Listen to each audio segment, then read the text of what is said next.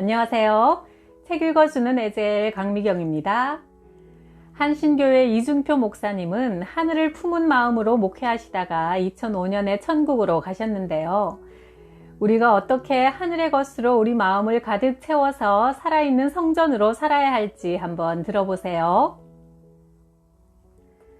1977년 한신교회를 개척하던 때 급히 돈 500만 원이 필요했다. 한 교인에게 100만 원만 구워달라고 했더니 다음 날부터 교회에 나오지 않았다. 목사에게 돈 빌려주었다가 돌려받기도 민망했을 테니 교회 발길을 끊을 수밖에 없었을 것이다. 급한 마음에 범한 실수였다. 하나님께만 매달려야 했다. 너무도 절박하고 간절해서 1000번의 기도를 작정했다. 그 길로 청계산에 올라가 교회 개척을 위해 6개월 동안 기도하던 바위 위에 앉았다. 거기서 산 돌이 되어 붙박인 채 종이를 놓고 횟수를 적어가며 고지곳대로 1000번 기도를 드렸다. 물론 솔로몬은 한 번에 1000마리의 제물을 태워서 번제로 드린 것이지만 내 간절함만은 그보다 덜하지 않았다. 기도를 마칠 때쯤 화한하게 동이 터올랐다. 밝아오는 동쪽을 바라보며 하나님께 간청했다. 주님, 제게도 솔로몬에게 하신 것처럼 한 번만 물어주십시오. 그랬더니 감동이 왔다. 그래, 무엇을 줄꼬? 하나님, 주님의 몸된 교회를 세우려는데 돈이 없습니다. 500만 원만 주십시오. 그러자 응답해 주시리라는 확신이 마음을 감동했다. 집에 돌아와 아내에게 어디서 전화 연락이 없었느냐고 물으니 아직 아무 연락도 없다고 했다. 그러나 반드시 도움의 손길이 있을 것을 믿고 고뇌진 몸을 쉬기 위해 잠시 잠을 청했다. 아내에게 문을 열어두라고 분명 누가 찾아올 거라고 확언했다. 과연 오후 2시쯤 되니 동신교회의 서집사님이 찾아왔다. 그는 대문 안으로 들어서면서 말했다. 목사님, 뵙고 싶었습니다. 교회 간판에 와보시오 이렇게 써 있어서 꼭 한번 와보고 싶었습니다. 나는 강남 신반포 1차 단지에 한신교회 간판을 달면서 와보시오 라고 써두었는데 그걸 보고 찾아온 것이다. 요한복음 1장 46절에서 나다나엘이 나사렛에서 무슨 선한 것이 날 수 있느냐 할 때 빌립이 와 보라 하였던 것을 기억하고 그렇게 썼던 거다. 집사님은 봉투 하나를 내놓았다. 그의 손을 붙들고 감사 기도를 드렸다. 시간이 급했다. 예배 처소 계약금을 그날 해가 넘어가기 전에 전해주어야 했기 때문에 계약을 하러 달려갔다. 그리고 하늘을 바라보며 신실하신 하나님, 좋으신 하나님을 찬송했다. 기도를 드리되 하나님의 마음에 합한 기도를 끈질기게 드리면 하나님의 응답이 분명히 있음을 나는 체험으로 확인했다. 목회자라면 누구나 다 아름답고 웅장한 성전을 건축하여 후대에 남기고 싶은 욕망이 있다. 그러나 그 뜻을 이루는 사람은 많지 않으며 대부분의 목사는 그 소원을 이루지 못한 채 생애를 마치게 된다. 좁은 땅덩어리에서 자기 터 위에 예배당을 짓는 일은 참으로 어려운 일이기에 현재 도시교회의 절반 이상은 상가 건물을 임대하여 예배를 드리고 있는 실정이다. 나는 1977년에 강남 신반포 아파트 단지에 교회를 개척하여 어느 정도 성장했으나 이곳에 성전을 건축하지 못해 부흥이 제대로 이루어지지 못하는 것을 보면서 마음에 한이 되어 잠을 이루지 못하다가 그만 쓰러지고 말았다. 그때 나는 병원에서 이런 기도를 드렸다. 하나님 아버지, 이 종이 죽게 되면 한신교회는 존재하기 어려울 것 같습니다. 전셋집에 있는 교인들은 흩어질 겁니다. 슬픕니다. 주여, 이 종을 불쌍히 여겨 주옵소서. 그때 주님은 잠잠히 이런 감동을 주셨다. 종아, 네가 그렇게 아름답고 웅장한 성전을 짓지 못해 한이 많겠지만 나를 위해서는 걱정하지 마라. 나는 보이는 집에 거하지 않는다. 나는 네가 성전이 되기를 원한다. 종아, 네가 살아있는 성전이 되어라. 나는 병상에 누워 하나님의 깊은 뜻을 깨닫고 새로운 사람 성전을 짓기로 결심했다. 예수님은 이 성전을 허물어라, 내가 사흘 만에 다시 세우겠다고 하시며 사흘 후 십자가 죽음에서 부활하셨다. 예수님은 이 지상의 어떤 건물을 성전으로 세우지 않으셨고 건물로 성전 짓는 것을 기뻐하지도 않으셨다. 주님은 건물 속에 거하시는 분이 아니기 때문이다. 예수님은 자기 몸으로 성전을 세우셨고 지금도 우리의 몸을 성전으로 세우시려고 성령을 보내어 일하고 계신다. 목회자는 먼저 자기의 몸을 성전으로 세우고 성도의 몸을 성령이 거하시는 성전으로 알고 모든 사역을 해야 한다. 많은 목회자들이 건물을 성전 삼아 모이고 예배하고 찬양하는 것만을 중히 여기고 성도 한 사람 한 사람을 살아있는 하나님의 성전으로 세워가는 일을 소홀히 하여 목회의 가장 중요한 사역을 놓치고 있다. 2000년 교회사에서 화려한 건물 세우는 일에 힘쓰던 시대에는 교회가 타락하고 복음이 생명력을 잃었다.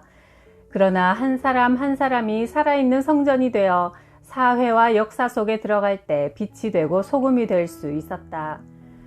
너희는 성령이 거하시는 하나님의 성전임을 모르느냐? 누구든지 하나님의 성전을 파괴하면 하나님께서도 그 사람을 멸하실 것이다. 너희는 하나님의 거룩한 성전이다. 고린도전서 3장 16, 17절. 시골에서 목회할 때 주일학교에 다니는 한 어린이의 아버지가 있었다. 그는 자수성가하여 부를 이룬 사람이었다. 본디 예수를 믿지 않은 집안이었으나 내 전도로 그 부인이 먼저 신앙생활을 시작했고 부인은 교회 나와 남편의 구원을 위해 열심히 기도하여 어느 주일 남편과 함께 예배를 드렸다. 다음 날 찾아가서 신방 예배를 드리니 그가 내게 물었다. 목사님, 예수 믿는데 비용은 얼마나 듭니까? 자수성가한 사람다운 질문이었다. 그러면서 여러 친지들에게 물어보니 교회 다니는 것이 성당 다니는 것보다 돈이 많이 드니 차라리 천주교를 믿으라고 하더란다. 그래서 내가 이렇게 반문했다. 비용이 얼마나 들면 예수를 믿으시겠습니까? 담뱃값 정도면 믿겠습니다. 교회 다니면 담배는 끊을 터이니 담뱃값 정도의 지출은 감수하겠다는 말이었다. 그래서 그 정도면 충분하니 열심히 신앙생활을 하라고 권했다. 그는 정말 치밀하게 계산하여 1년치 담뱃값을 주일헌금, 감사헌금으로 나누어 매주일 꼬박꼬박 정확하게 바쳤다. 그렇게 1년이 지났다. 어느 날 그에게 세례를 받으라고 하니 기어코 받지 않겠다고 버텼다.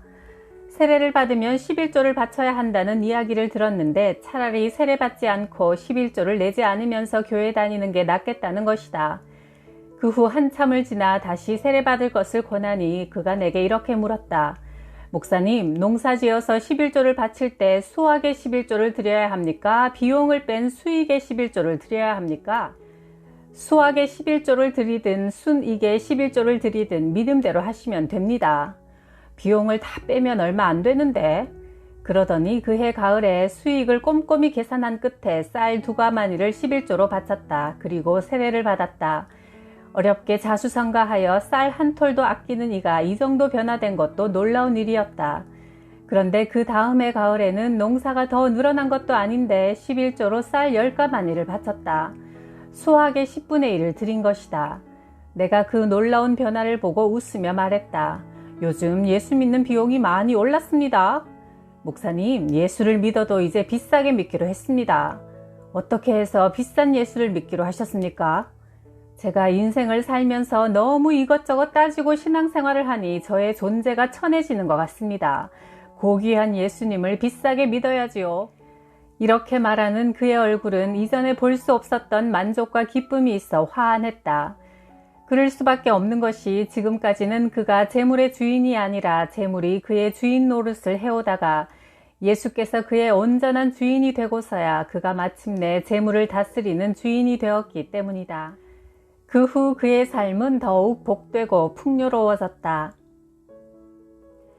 충청남도 한산 지역에 부흥회를 인도하러 갔다가 들은 이야기다. 한 청년의 바른 신앙 양심이 온 마을을 그리스도의 복음으로 수놓은 아름다운 이야기다. 청년은 한산의 시골 출신인데 고등학교를 마친 뒤 서울로 올라갔다. 고학으로 대학을 마친 다음 고등학교 선생님이 되었고 예수 그리스도를 삶의 주인으로 영접하여 신앙생활을 착실하게 했다. 그런데 그에게 답답한 일이 한 가지 있었다. 기도가 잘 되지 않는 것이다. 마음에 뭔가 걸리는 일이 있었기 때문인데 그게 뭘까 곰곰이 생각해보니 마음 깊은 곳에서 울려오는 소리가 있었다. 남의 것을 훔쳐먹은 자여 회개하라. 그가 초등학교 때부터 중고등학교에 이르기까지 늘 다니던 산길에는 참외밭이 하나 있었다. 해마다 여름이면 참외가 탐스럽게 익어 원두막에 주인이 보이지 않으면 그는 별반 죄책감도 느끼지 않고 그 밭에 참외를 오며 가며 따먹었다. 그런 사실조차 그의 의식에서 사라져버렸는데 예수를 믿으면서 기도를 하려고 하면 뭔가 기도문을 가로막는 것이다. 남의 참외를 따먹은 도둑이여 라는 양심의 음성을 뚜렷이 듣고 나자 그 빚은 꼭 갚아야 했다. 그래서 시장에 가서 참외값을 알아보고 그때 이후로 이자도 계산해 보았더니 반 트럭 분량의 참외였다.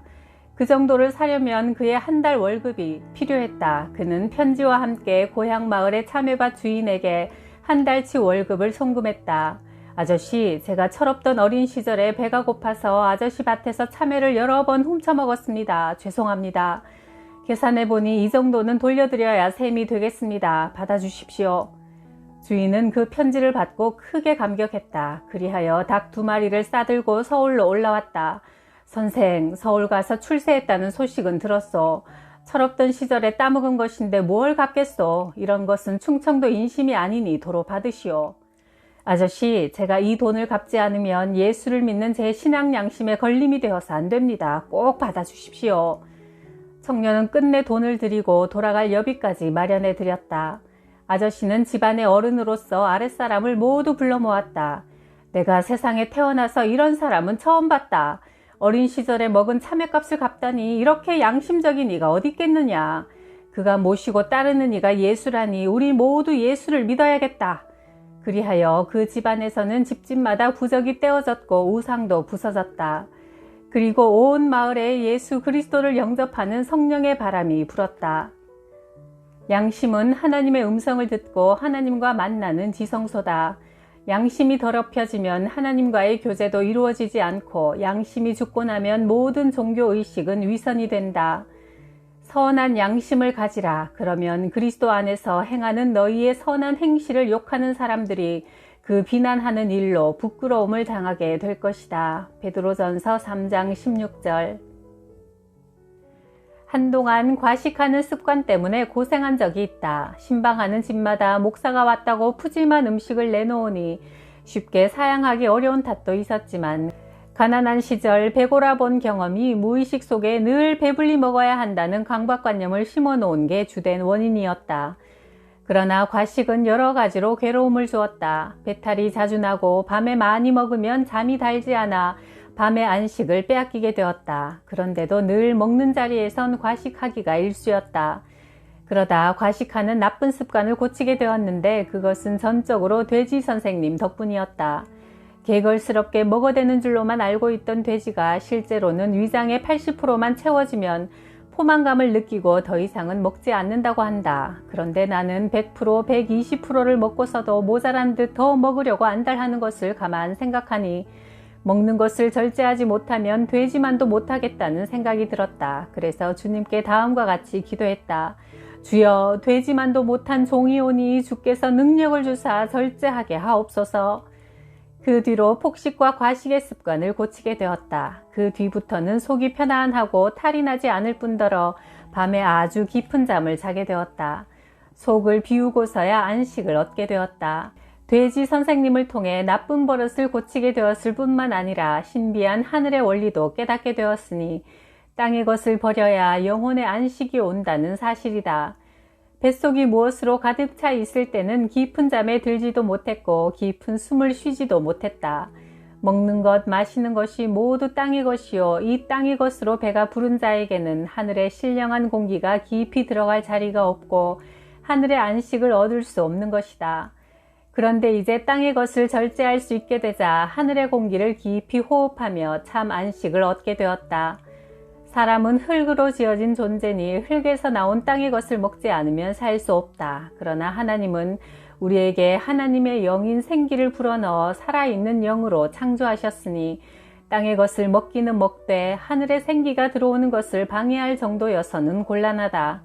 먹는 것이나 입는 것, 재물이나 부동산 등 땅의 것으로 부자되는 것보다 하늘의 신령한 공기를 심령 깊은 곳에까지 들이마시는 하늘의 부자들이 되시길 바란다. 땅의 것을 절제하는 만큼 성령께서 역사할 자리는 더욱 넓어지며 성령을 깊이 호흡하는 자마다 영생과 천국의 참 행복을 누리게 된다. 시골에서 목회하던 시절 충성스러운 장로님 한 분이 계셨다. 장로님은 실력은 있지만 형편이 어려워 진학하지 못하는 많은 아이들에게 장학금을 주어 공부할 수 있도록 도왔다. 많은 것을 가지고서도 더 많이 가지려고 하는 것이 인간의 본성인데 그와 같은 물욕을 십자가에 못 박고 가진 것을 이웃과 나누며 사는 삶은 존경받을 만했다. 장로님이 이런 나눔의 삶을 살게 된 데는 그만한 내력이 있었다. 아들이 하나 있었는데 공부를 잘해서 서울대학교에 합격했다. 온 교회가 기뻐하고 축하했다. 아버지는 입학식 전에 하숙집을 정해주고 아들에게 전화했다. 내일 아침 등록금을 가지고 서울에 갈 테니 아침 6시에 서울역에서 만나자. 아버지는 뿌듯한 마음으로 어렵사리 마련한 등록금을 품에 안고 서울역에 도착했다. 그러나 6시에 마중 나오기로 한 아들이 한참을 기다려도 나오지 않았다. 아버지는 걱정을 하면서 택시를 타고 아들의 하숙집으로 달려갔다. 하숙방은 안으로 문이 잠긴 채 열리지 않았다. 발길로 방문을 차서 열고 들어가 보니 아들은 연탄가스에 중독되어 숨져 있었다. 눈물로 아들의 장례를 치를 때 어떤 교인들은 장로님이 무슨 잘못을 해서 저런 벌을 받았나 하고 생각했다. 그러나 장로님은 아들을 위해 통곡하는 순간에 외아들 예수 그리스도를 십자가에 매달고 통곡하시는 하나님 아버지를 만났다. 아들을 잃고 가슴 아파하시는 하나님이 그를 위로해 주셨다. 내가 네 아픔을 다 안다. 장례 후 그는 아들에게 쏟아야 할 정성을 시골에 있는 불쌍한 아이들에게 쏟기 시작했다. 많은 아이들이 장로님의 사랑으로 공부하게 되었고 그들은 장로님에게 새로운 아들들이 되었다. 장로님은 위로의 하나님이 잃어버린 한 아들을 대신하여 수십 명의 아들을 주셨다고 늘 기쁘게 말하곤 했다. 환난과 고통 가운데 있을 때 참 위로를 주실 분은 하나님밖에 없다. 하나님은 온갖 고난을 겪는 우리를 위로해 주신다. 그래서 우리가 하나님에게 받는 위로로 고난당하는 다른 사람들을 위로할 수 있게 하신다. 고린도후서 1장 4절. 시골에서 목회할 때 성탄절이 가까워오자 기도했다. 하나님, 금년 성탄을 어떻게 지낼까요? 당시 시골 교회에서는 성탄절 새벽이 되면 집집마다 다니며 새벽송을 돌았다. 하나님, 올해는 새벽송을 어떻게 할까요? 내가 누구를 위해서 이 세상에 왔느냐? 만 백성을 위해서 오셨지요. 그러면 왜 너희는 너희들끼리만 다니면서 새벽송을 하니? 올해는 너희 교인들 집만 찾아다니지 말고 마을 전체를 다 돌아라. 그래야 만 백성을 구하러 오신 주님께 영광이 된다. 뜻밖에도 이런 감동이 왔다. 지금까지 우리는 기쁘다 구주 오셨네 만 백성 맞으라 이렇게 찬송을 하면서 교인들 집만 찾아다니며 성탄을 축하했다. 그 시골 마을에는 믿는 집만 200호 정도 되었고 불신자 가정까지 포함하면 600호나 되었다.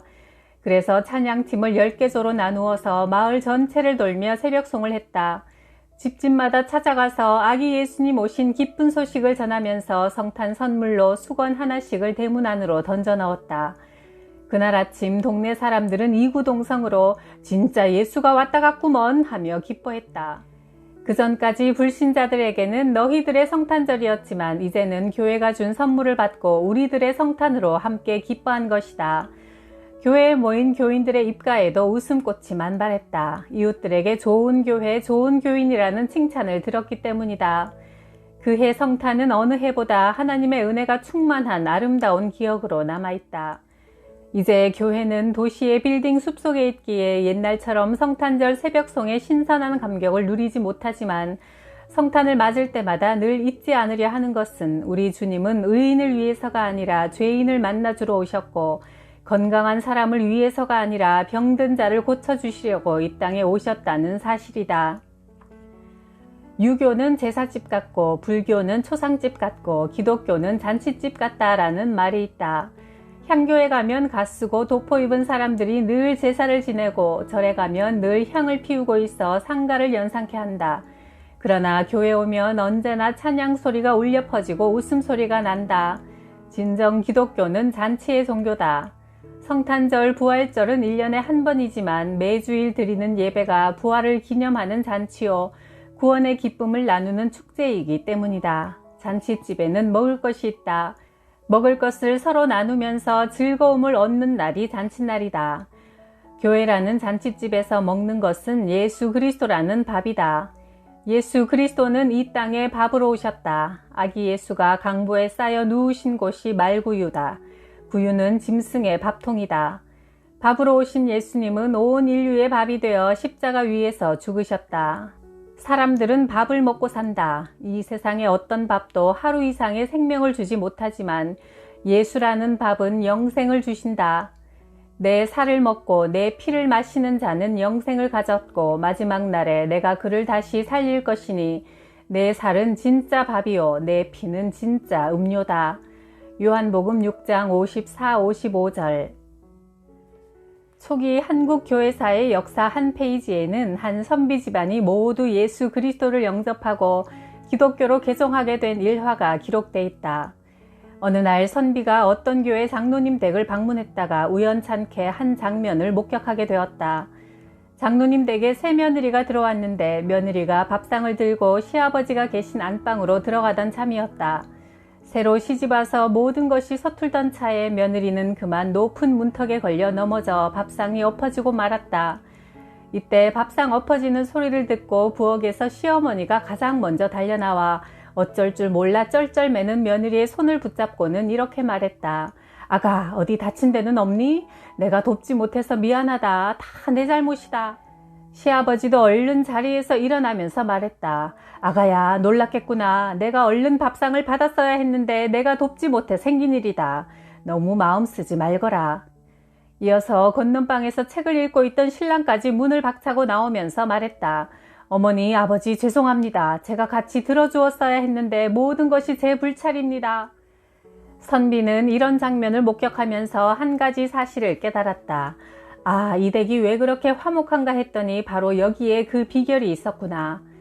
반면 그 선비의 집은 늘 평안할 날이 없었다. 집안에 사소한 일만 생겨도 온 식구가 서로 영감 탓이오 마누라 탓이오 하면서 다투었고 무슨 일이 잘못되면 며느리는 시어머니를 원망하고 시어머니는 며느리를 탓했다. 그래서 그의 집안에는 불화가 끊이지 않았는데 그는 장로님 댁의 화목의 비결을 배우기로 했다.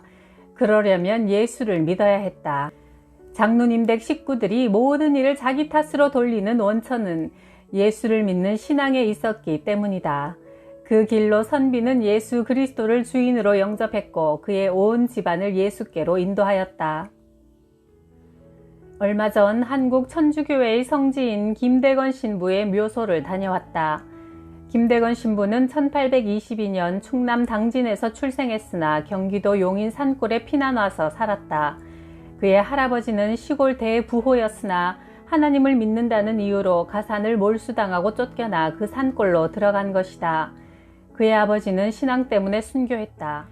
영특한 소년으로 자라난 김대건은 한국 땅에 와서 복음을 전하던 모방 신부의 눈에 띄어 16세 때 마카오에 있는 신학교로 보내졌다. 거기서 6년 동안 신학을 공부하고 23세 나이에 신부가 되어 프랑스 주교와 함께 한국 땅을 다시 밟았다. 이후 1년 동안 전국을 돌며 예수 그리스도의 복음을 전하다가 붙잡혀 한강변에서 목 베이는 참수형을 당하게 되었다. 목치는 망나니가 그의 상투 끝을 잡아당길 때 김대건 신부는 의연하게 이렇게 말했다. 목을 길게 늘려라. 목을 이렇게 빼면 치기 좋겠느냐? 상투를 쭉 잡아당겨라. 나는 어찌 죽든지 너희가 편해야 한다. 그의 목은 망나니가 8번이나 내려친 칼날에 떨어져 나가고 말았다. 25세 젊은 나이에 김대건 신부는 천국을 바라보며 당당히 순교했다. 당시 모든 국사범은 처형 후 3일이면 그 가족이 시신을 수습해 갈 수 있었지만 김대건 신부의 유해는 그조차 허락되지 않았다. 김대건의 고향 사람 이민식이라는 사람이 40일이나 기다려서 포졸들의 감시가 소홀한 틈을 타 그의 시신을 자루에 담아 수습했다. 그리고 낮에는 숨고 밤에만 150리씩 지게에 지고 걷기를 일주일 계속한 후에야 안성 땅 깊은 산골에 도착해 김대건 신부의 유해를 안장했다. 우리가 다녀온 성지가 바로 그곳이다. 김대건 신부는 순교하면서 이렇게 마지막 말을 남겼다. 한 번 나서 한 번 죽는 것은 사람의 피치 못할 바이니 오늘 하나님을 위하여 죽는 것은 오히려 나의 원하는 바이요. 오늘 묻고 내일 다시 물어도 오직 이 길을 갈 뿐이니 때리든지 죽이든지 이 한 마음은 변함이 없습니다. 어서 나를 때리고 어서 나를 죽이시오. 나는 사나 죽으나 주님을 기쁘시게 하기 위해 사는 사람이니 죽어도 좋고 살아도 좋으니 아무런 걱정이 없소. 이는 고린도후서 5장 8, 9절의 사도 바울의 고백과 같은 것이다. 나는 차라리 몸을 떠나 주와 함께 살기를 바란다. 그러므로 내가 몸 안에 머물러 있든지 몸을 떠나서 있든지 내가 바라는 것은 주님을 기쁘게 해드리는 사람이 되는 것이다. 나는 돌아오는 버스 안에서 나 자신에게 물었다. 너도 순교할 수 있겠는가? 고등학교 시절 날이 갈수록 살이 빠지고 몸이 마르기 시작하더니 피골이 상접해 갔다. 등에서는 늘 식은땀이 흐르고 앉았다 일어서면 하늘이 노랗게 보이더니 급기야 목에서 피를 쏟으며 쓰러지고 말았다. 뒤늦게 병원에 가서 엑스레이를 찍어보니 폐에 구멍이 뻥뻥 뚫려 있는 폐병 3기라 6개월 이상 못 산다고 했다. 약을 써도 차도가 보이지 않자 절망은 죽음을 생각하게 만들었다. 이제 그만 조용히 죽어서 부모님들에게 더 이상 근심을 끼치지 말자. 낙엽을 이불 삼아 한 줌의 흙이 되어 눕자. 이렇게 생각하며 약을 사서 먹고 죽으려고 눈을 감았다. 그런데 놀라운 환상이 보였다. 무서운 불꽃 가운데 해골떼들이 아우성을 치고 귀신들은 소리를 지르며 달아나고 있었다. 두려워서 눈을 떴는데도 그 모습은 사라지지 않았다. 모질게 내 목숨을 끊겠다고 눈을 감은 순간 보인 지옥의 모습은 하나님께서 보여주신 계시였다. 중학교 3학년 시절 친구가 쪽으로 된 누가복음을 주었다. 그 쪽복음을 읽어가던 중 16장의 거지 나사로의 이야기가 나오는데 가난하게 살던 나사로는 죽어 천국에 갔지만 하나님을 믿지 않고 흥청망청 살던 부자는 지옥에 갔다고 했다. 부자가 떨어진 지옥은 너무나 뜨거워 목이 말라 견딜 수 없어 살아생전 거들떠보지도 않던 거지 나사로의 손가락 끝에 물 한 방울을 찍어 자신의 혀를 시원하게 해달라고 간청했지만 거절당하고 말았다. 그때 나는 이 이야기를 읽고 죽어서는 꼭 천당을 가야지 지옥에 가서는 안 되겠구나 하고 생각했던 적이 있었다. 그런데 내가 죽음의 길로 들어서려는 순간 기억 깊은 곳에서 누가복음 16장에 나오는 지옥의 생생한 모습이 떠오른 것이다. 그 쪽복음이 내 손에 들어왔던 것이 하나님의 섭리요 은혜였다. 3일 동안 생사의 갈림길을 헤매던 나는 이불 삼기를 원했던 낙엽을 꼭꼭 밟으며 십리 밖에 있는 교회를 찾아갔다. 늦은 가을날 처음으로 교회를 찾은 내게 하나님은 수고하고 무거운 짐진 자들아 다 내게로 오라 내가 너희를 쉬게 하리라는 마태복음 11장 28절의 말씀을 들려주셨다. 폐병 3기라는 무거운 짐을 지고 수고하는 내게 주시는 이 말씀을 붙들고 하나님께 호소했다. 하나님, 이 병든 몸을 살려주옵소서. 이 죄인을 불쌍히 여겨 주시옵소서. 이 몸을 살려주시면 이 몸을 당신께 바치겠나이다. 눈물 뿌리며 회개 기도를 한 후 그때부터 매일 새벽 기도를 다녔다. 울면서 죄를 회개하고 하나님의 은총을 구하기를 6개월. 그러는 사이 폐의 구멍이 막혔고 각혈이 멈추었으며 병은 씻은 듯이 나았다. 우리 마음을 하늘의 것으로 가득 채워서 성령을 모신 성전으로 살아갑시다. 구독, 좋아요, 댓글로 가득 채워주셔서 감사해요.